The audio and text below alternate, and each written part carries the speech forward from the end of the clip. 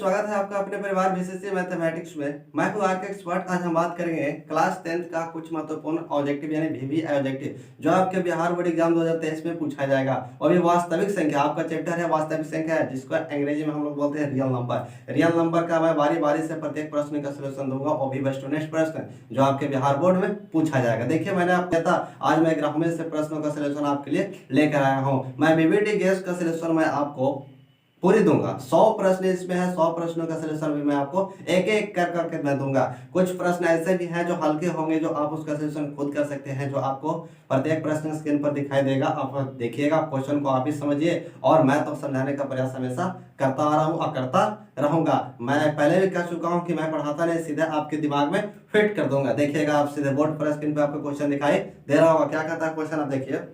कहता है कि 11 नंबर के निम्नलिखित में कौन अपरिमेय नहीं है। अपरिमेय संख्या और परिमेय संख्या में अंतर आपको बताए थे।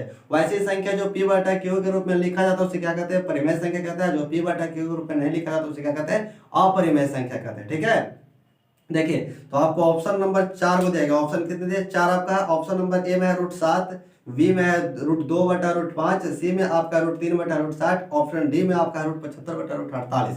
बारी बारी से ऑप्शन को लेकर मैं आपको समझाता हूँ। ऑप्शन नंबर ए में √7, ऑप्शन नंबर बी में है √3y√7, ऑप्शन नंबर आपका सी बोल रहा है क्या, सॉरी √2y√7 है आपका। ऑप्शन नंबर सी में है कि √3y√7, ये आपका 5 हो जाएगा। ऑप्शन नंबर डी में है √48 75 बटा √48, ये आपका 4 ऑप्शन दिया गया। इन चारों में से कोई एक ऐसी संख्या है जो अपरिमेय नहीं है, सिर्फ परिमेय होगा। क्वेश्चन आप समझ रहे हैं, क्वेश्चन क्या बोल रहा है, इसमें 2 क्वेश्चन को है। कहता है कि कौन है जो अपरिमेय नहीं है। कितना स्टूडेंट गलती यही कर देता है, कह रहा है कि अपरिमेय कौन है। तो इसमें तो अपरिमेय 3 गो है, लेकिन एक ऐसी है जो परिमेय संख्या को भी इसमें डाल दिया गया है। आप सिर्फ क्वेश्चन के टर्म को समझिए, क्या कहता है, क्वेश्चन कैसे पूछ रहा है, उसके पूछने का तरीका को समझिए आप, बस क्वेश्चन अपने आप हल हो जाएगा। ठीक है, कह रहा है कि अपरिमेय नहीं है, कहने का मतलब क्या, परिमेय होगा कोई।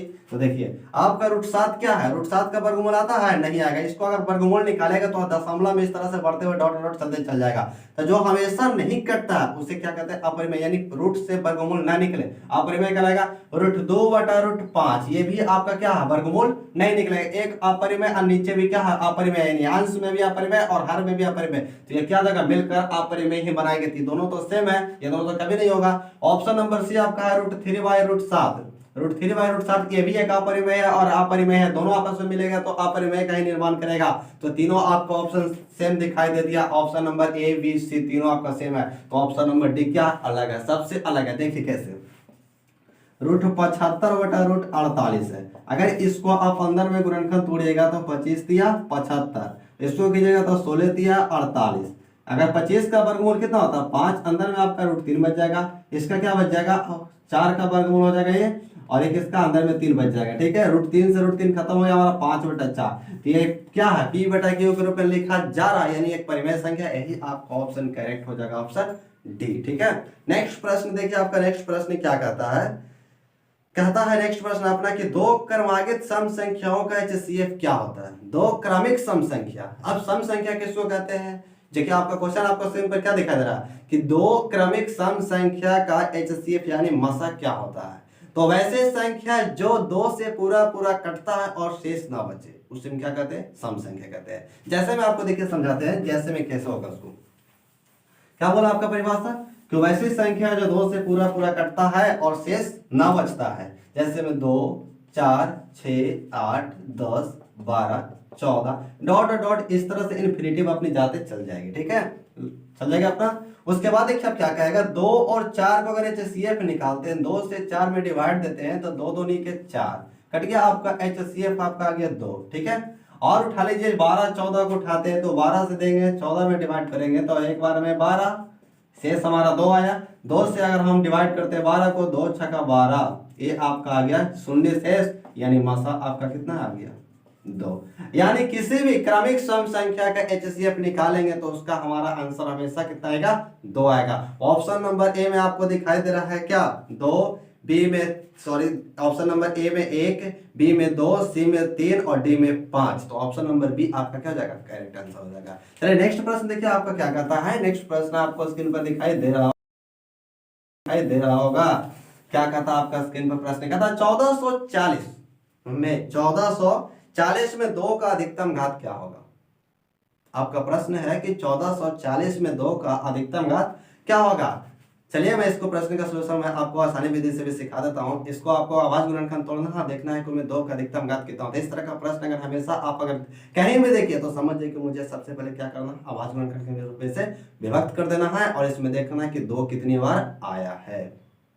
अगर अभी भी आपने चैनल को सब्सक्राइब ना किए हैं तो जल्दी से इस चैनल को बेसिक मैथमेटिक्स 10 to 12 क्लास को जल्दी से सब्सक्राइब कर लीजिए और बेल आइकन को दबा दीजिए ऑल नोटिफिकेशन, ताकि मैं जितना भी वीडियो बनाऊं आपके पास इसका नोटिफिकेशन पहुंच सके और इस तरह के वीडियो का लाभ हमेशा आप उठा सके। सबसे पहले मैं प्रश्न को आपको समझाता हूँ क्या कहता है। देखिए क्या बोला, 1440 में आपका 2 का अधिकतम घात कितना होगा। ऑप्शन नंबर ए में बोला 2, बी में 3, सी में 5, डी में कोई नहीं। इन 4 ऑप्शन में से एक ऐसी है जो 2 का अधिकतम घात कहलाता है। देखिए 1440 का अगर आवाज गुणनखंड विभक्त कीजिएगा इसको तो आप कितना से डिवाइड कीजिए, 2 से 14, 2 दूनी के 4, 0 से 0, फिर 2 से लगाइएगा तो 36 दूनी 72, फिर 2 से लगाइए तो 18 दूनी 36, फिर 2 से लगाएंगे तो 90 दूनी 180, 2 से लगाएंगे तो 45 बार में डिवाइड होगा और लगाइएगा 3 से तो 15 बार में, और 3 से अगर 15 को डिवाइड कीजिएगा तो ये 5 बार में, 5 से 5 आपका आवाज गुणनखंड फिनिश हो गया।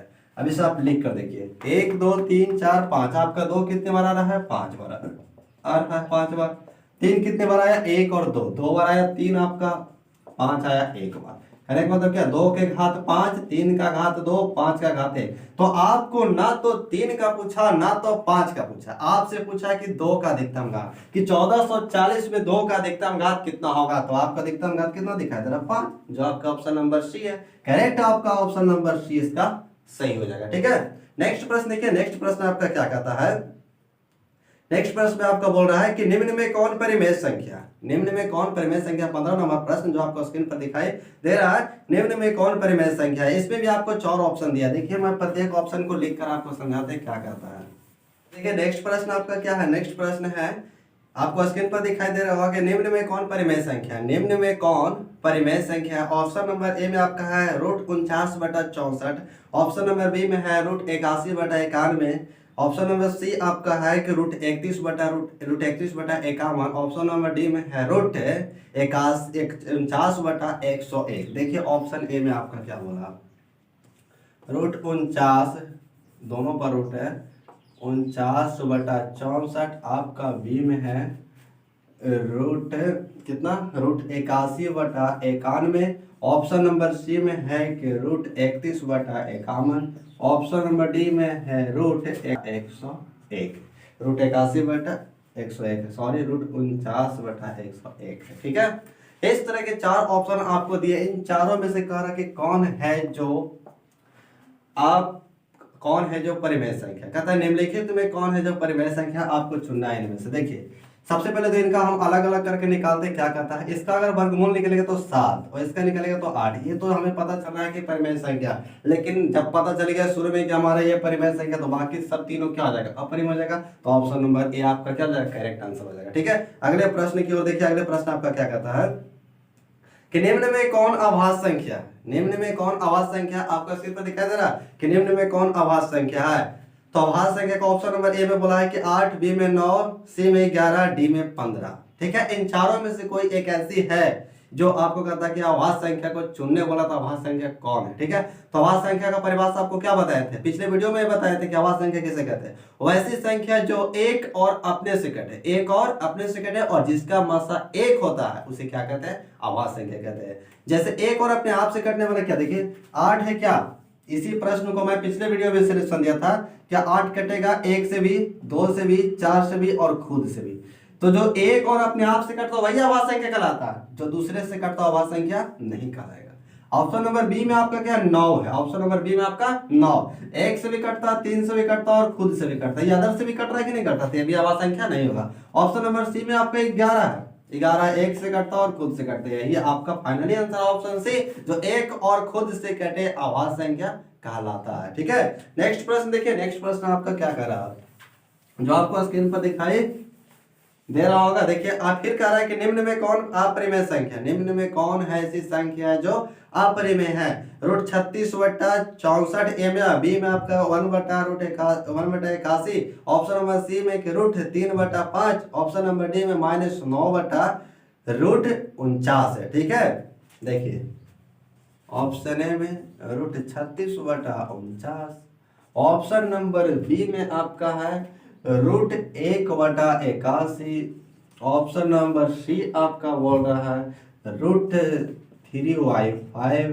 डी में आपका बोल रहा है -9/√49।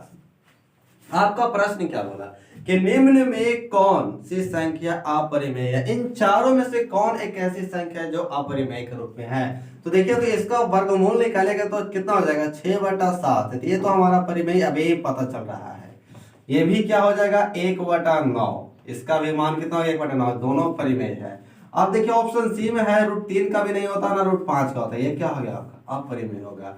इसका डी का निकाले तो -9/7, तो हमारा 3 ऐसी संख्या निकल गए ऑप्शन ए बी और डी जो परिमेय है। ऑप्शन सी आपका क्या है अपरिमेय, ये आपका करेक्ट आंसर ऑप्शन सी हो जाएगा। चलिए नेक्स्ट प्रश्न देखिए, नेक्स्ट प्रश्न आपका क्या कहता है कि इनमें से कौन सी संख्या अपरिमेय, फिर आपका वही प्रश्न है कि निम्न में से कौन है जो अपरिमेय संख्या है। ऑप्शन नंबर ए में रूट 9, रूट 20, रूट 25 और रूट 49, चारों ऑप्शन आपके दिए गए, इनमें से कोई एक ऐसी संख्या जो अपरिमेय है। ऑप्शन नंबर ए में देखिए रूट 9, ऑप्शन नंबर बी में रूट 20, ऑप्शन नंबर सी में रूट 25, ऑप्शन नंबर डी में रूट 49।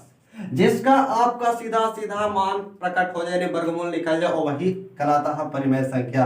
तो इसका वर्गमूल 3, इसका वर्गमूल तो कभी नहीं निकलेगा सर, इसका मान निकलेगा तो आपका क्या आ जाएगा 2√5 आ जाएगा, और सी का निकालेगा तो 5 आएगा, और डी का निकालेगा तो 7 आएगा।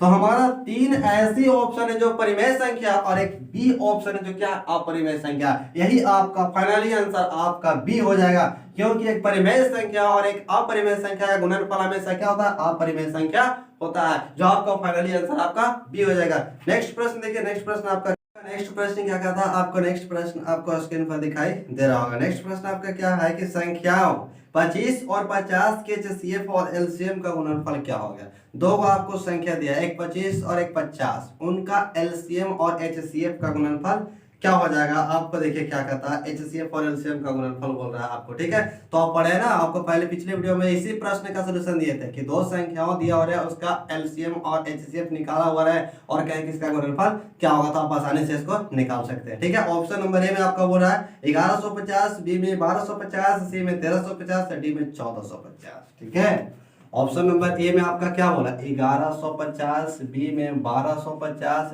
ऑप्शन सी में 1350, ऑप्शन डी में 1450 है। इन चारों में से कौन होगा। ठीक है, आपका संख्या 25 और 50, इनका कहना लसा और मसा का गुणनफल क्या होगा। ठीक है, लसा और मसा का गुणनफल, तो आपको बताया कि दो संख्याओं का गुणनफल, दो संख्याओं का गुणनफल बराबर फॉर्मूला क्या होता है लसा गुणे मसा। ठीक है, तो लसा गुणे मसा। ठीक है, तो देखिए दो संख्या का गुणनफल 25 और 50, क्या हो जाएगा 1250। क्या हो जाएगा ऑप्शन नंबर आपका बी, जो आपका करेक्ट आंसर होगा 1250। ठीक है, ऑप्शन नंबर बी। नेक्स्ट प्रश्न देखिए, नेक्स्ट प्रश्न आपका क्या कहता है। नेक्स्ट प्रश्न कह रहा है, फिर कह रहा हूं वही प्रश्न जो बार बार आपको प्रश्न एक ही तरह का दोहरा रहा है। देखिए आपको स्क्रीन पर दिखाई दे रहा होगा कि निम्नलिखित में कौन है जो परिमेय संख्या है। फिर उसी तरह का प्रश्न, इस प्रश्न का सॉल्यूशन दिया है मैंने आपको।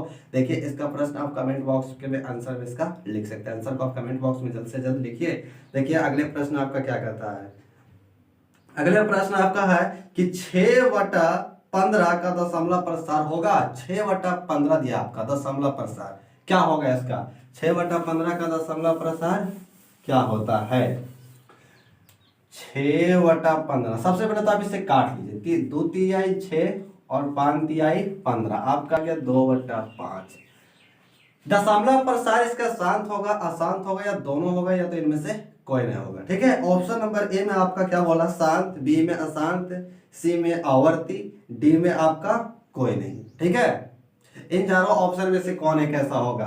तो पहले समझ लेते हैं कि P बटा Q के रूप में अगर कोई भी दिया हो रहा है, कहें कि ये शांत है क्या, शांत है, तो इसका सिर्फ आपको मतलब रखना है Q से, यानी हर से आपको मतलब रखना है। अगर हर का मान 2 के पावर n गुना 5 के पावर m के रूप में रहता है, सॉरी 2 के पावर m गुना, जो 2 के पावर m गुना 5 के पावर n के रूप में अगर दिखाई देता है इसका हर, तो समझिए शांत है। अगर इसके रूप में ना रहे तो समझिए क्या अशांत है। या तो इन दोनों में से अकेले 2 रहे या तो 5 रहे, दोनों में से कोई एक भी रहे तो भी ये शांत कराएगा। अगर इन दोनों के बजाय 3 आ जाए, 7 आ जाए, 9 आ जाए, तो क्या हो जाएगा, अशांत हो। तो आपको क्या दिखाई दे रहा है, 2/5 है, इसके हर में क्या 5 है, इनमें से कोई एक है कि नहीं है, तो क्या करेगा, शांत कराएगा, जो आपका ऑप्शन नंबर ए हो जाएगा। करेक्ट आंसर आपका ऑप्शन ए मार्किंग। ठीक है, नेक्स्ट प्रश्न देखिए। नेक्स्ट प्रश्न आपका क्या कहता है,